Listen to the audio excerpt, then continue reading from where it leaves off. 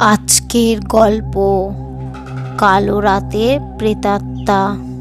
শীতের রাত, গ্রামের শেষ প্রান্তে একটি পুরনো বটগাছ। চারপাশে নিস্তব্ধতা। কেউ বলে বটগাছটার নিচে রাত নামলে কিছু অদ্ভুত ঘটনা ঘটে। মানুষ ভয় পায় ওখানে যেতে। রাত 10টা।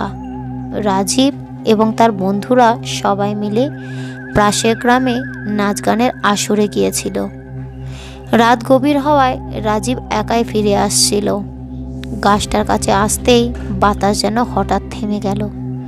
রাজীব থমকে দাঁড়ালো। ঝিঝি পোকার শব্দও নেই। হঠাৎ করে পায়ের নিচ থেকে মাটির আওয়াজ হলো, যেন কারোর পায়ের চিহ্ন। রাজীব পিছনে তাকালো, কেউ নেই। সে এগোতে লাগলো, কিন্তু কিছু দূর যেতে না যেতেই পেছন থেকে কারোর শ্বাস ফেলার মতন আওয়াজ শোনা গেল। সে দ্রুত পা বাড়াতে লাগলো। আচমকা মনে হলো কেউ যেন তার কাঁধে হাত রাখলো। ভয় পেয়ে রাজীব দৌড়াতে শুরু করলো, কিন্তু দৌড়াতে দৌড়াতে দেখলো সামনে কোথা থেকে একটি কালো ছায়া এসে দাঁড়িয়ে আছে। ছায়াটি ক্রমশ বড় হতে লাগলো। রাজীব ভয় পেয়ে চিৎকার করে উঠে পড়ল মাটিতে। ছায়াটি তখন তার সামনে ভেসে উঠল। দেখতে পেল একটি মেয়ের অবয়ব।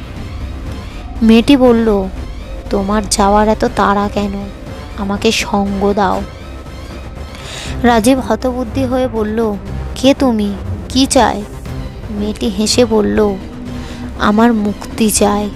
তুমি যদি সাহায্য না করো তবে এখানেই তোমাকে রেখে দেব।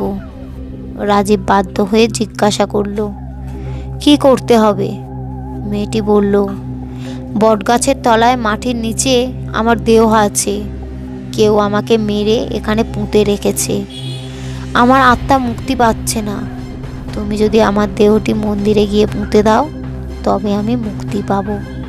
রাজীব সাহস জুগিয়ে বলল, আমি চেষ্টা করব, কিন্তু তুমি কি সত্যিই আমাকে ছেড়ে দেবে? মেয়েটি হেসে বলল, তোমার সাহস আছে, তুমিই পারবে। পরদিন সকালে রাজীব বন্ধুদের নিয়ে সেই জায়গায় ফিরে আসে। সবাই মিলে মাটি খুঁড়ে মেয়েটির কঙ্কাল পায়। পরে সেই কঙ্কালটি গ্রামের মন্দিরে সৎকার করা হয়।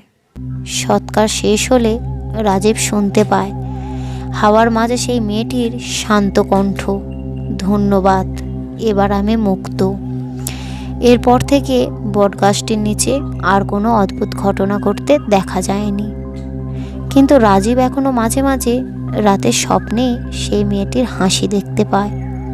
সে অনুভব করে মেয়েটির মুক্তি যেন তার নিজের জন্যই হয়েছে।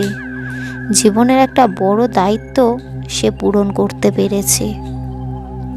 গল্পটি কেমন লাগলো কমেন্ট করবেন এবং একটা লাইক করবেন। আরও নতুন নতুন এইরকমই ভূতের গল্প শুনতে চ্যানেলটিকে সাবস্ক্রাইব করবেন।